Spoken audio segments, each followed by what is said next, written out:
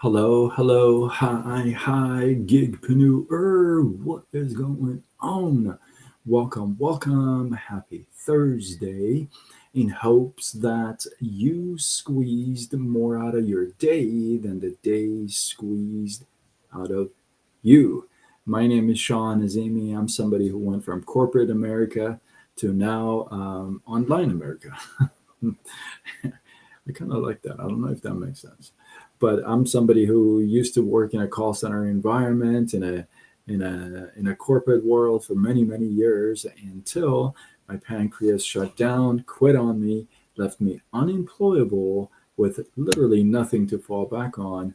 I don't know if you ever hit rock bottom like that. Definitely don't recommend it, and it sucked. So I got redirected to this whole online space. Never thought in get a zillion years this is what I would be doing, but here we are. So now I help folks like you, like myself, to start a side gig, start a business online, and we use social media to grow it. If that resonates with you, you like the idea of extra source of income, you like some extra money for the holidays, write-offs, whatever it may be. You just want to dabble with it. Well, not dabble. If you want to get into and check out some of the online opportunities, you like it being flexible, then go to sidegigshawn.com and answer a couple questions, and I will reach out. We'll have that conversation. I have a really good one for you tonight. Feels like I've been saying that for a few nights, but I have a really good story. If you don't know, now you know. I love stories. I love to tell stories, to collect stories, and I just love stories. And when it comes to true stories, then that's a bonus faux show. So I got a very interesting one for you. Probably don't know this story, and most likely it's going to be one of the craziest success stories you've heard, maybe to this day. Who knows? You let me know at the end. How about that? So back in 1933, an 18-year-old um, by the name of Chung Ju Young um, tried his fourth time to escape his village. Comes from a small village, and he tried for the fourth time to get out to make a better life for himself. Now, he was in a large family already. In fact, their family of nine had only one cow that would feed the family. That's how they ate.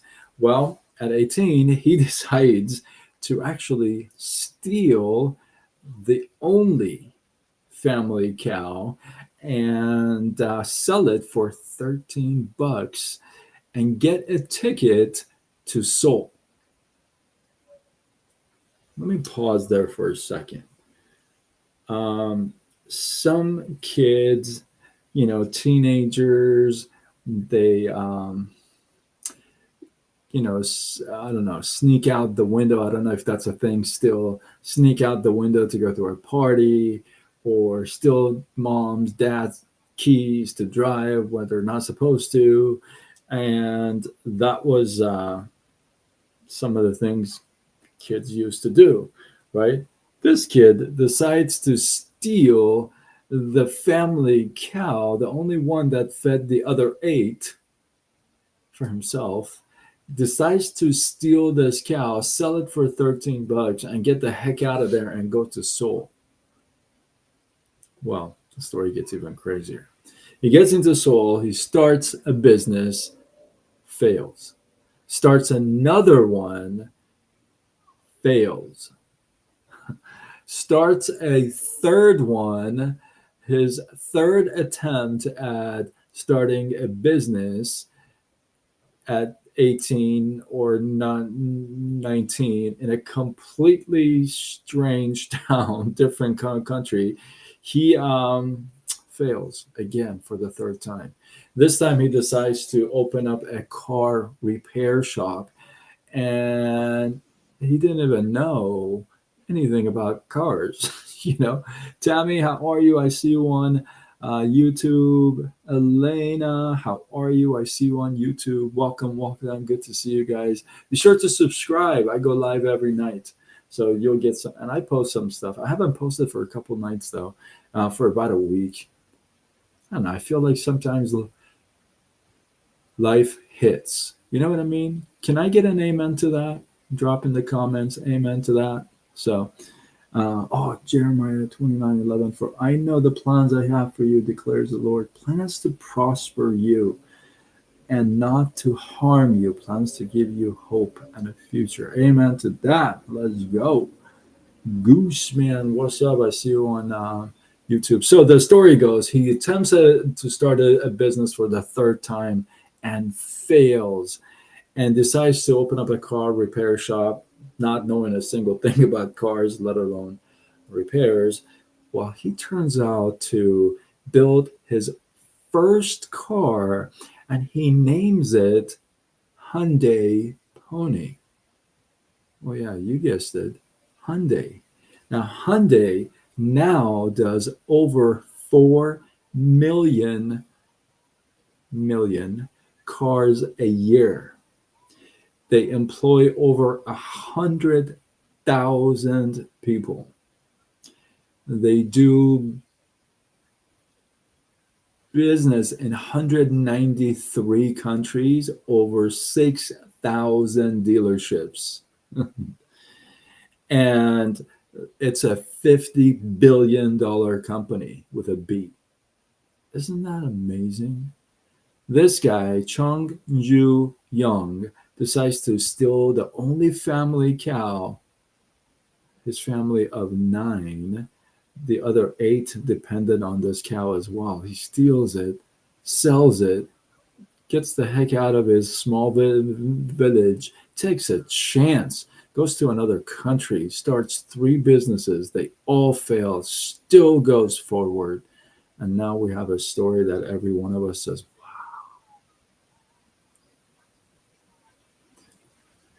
here's the thing. He left in 1933. He goes back in 1998, 65 years down the road, and he donates back 1,001 cows to his village in order to repay. Right? What a crazy little story.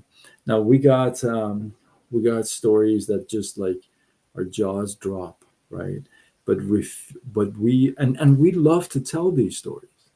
We like take this story and tell it to somebody else and like kind of gloat with somebody else's story. Have you ever like done that? Like you're so proud of yourself that you know this other success story and you tell it so well, or you went to high school with somebody that is successful now. Like we gloat to be attached or somehow be connected with such stories. Yes or yes. But isn't it also interesting that we refuse to become one of those stories? Not us. It's not worth the effort, right? It's not worth the effort to take all humiliation, take the family cow, sell it, go to another country, like get the heck out, like not just get out, get the heck out and just run with it. We don't ever have to do stuff like that.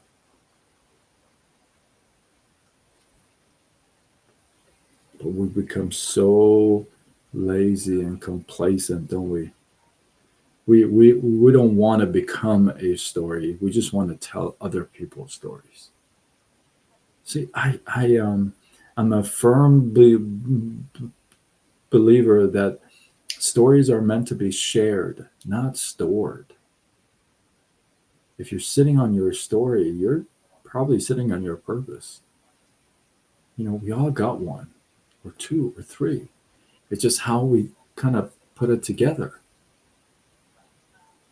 These stories are amazing. I love how we are open to hearing these, I like to see us more open to becoming these, right? So with that, hopefully you guys got some love, some inspiration, some value. I appreciate you. Drop your thoughts, your comments, your feedback below. Let this feed grow. Let's go already. And hey, if you know somebody who would get some value from this, tag them. In fact, if you got value from this, what's your takeaway? What's the value you got? Drop it in the comments. Let's go. And no matter where you put your comments, I always go back and check, and I read. So I appreciate you. And if you're not following me, I don't know why, because I'm so awesome. I would totally follow me, and you can follow me on Facebook, Instagram, TikTok, YouTube, X, LinkedIn, Threads. I go with Side Gig Sean everywhere. For those of you who are watching me on YouTube and comment on YouTube, once I end the live, the comments go away. So I can't come back to you unless you follow me, you know. And I recommend you follow me on multiple platforms, right? So we can start communicating. By the way, I am Sean Azimi. I'm somebody who went from corporate America to online gigpreneur. And I was in the corporate world for so many years, and my pancreas shut down, left me unemployable, which means I can't even get a job with what I got going on, and with nothing to fall back on, no reserves, nothing. And I don't know if you've ever had rock bottom like that, but it's, yeah. And so I got redirected to this whole online, this whole gig economy. And what I do, I help folks like you, like me, to start a business online and a side gig, what have you. And we grow it using social media. If that resonates with you, you like the idea of it being flexible, you like to add an extra, stream of income to your thing, then hey, it's a good thing. And notice what I say. I don't say if you like to add an extra source of income, if you like to make extra money and sit on your couch and kumbaya, my lord. It's not what I said, right? There is hustle involved. There's work involved. So if you're open to that, then and you like it being flexible, then you go to sidegigsean.com, answer a couple questions. I'll reach out. We'll have the conversation, and we'll go from there. With that, I am signing off until tomorrow when we do it all over again.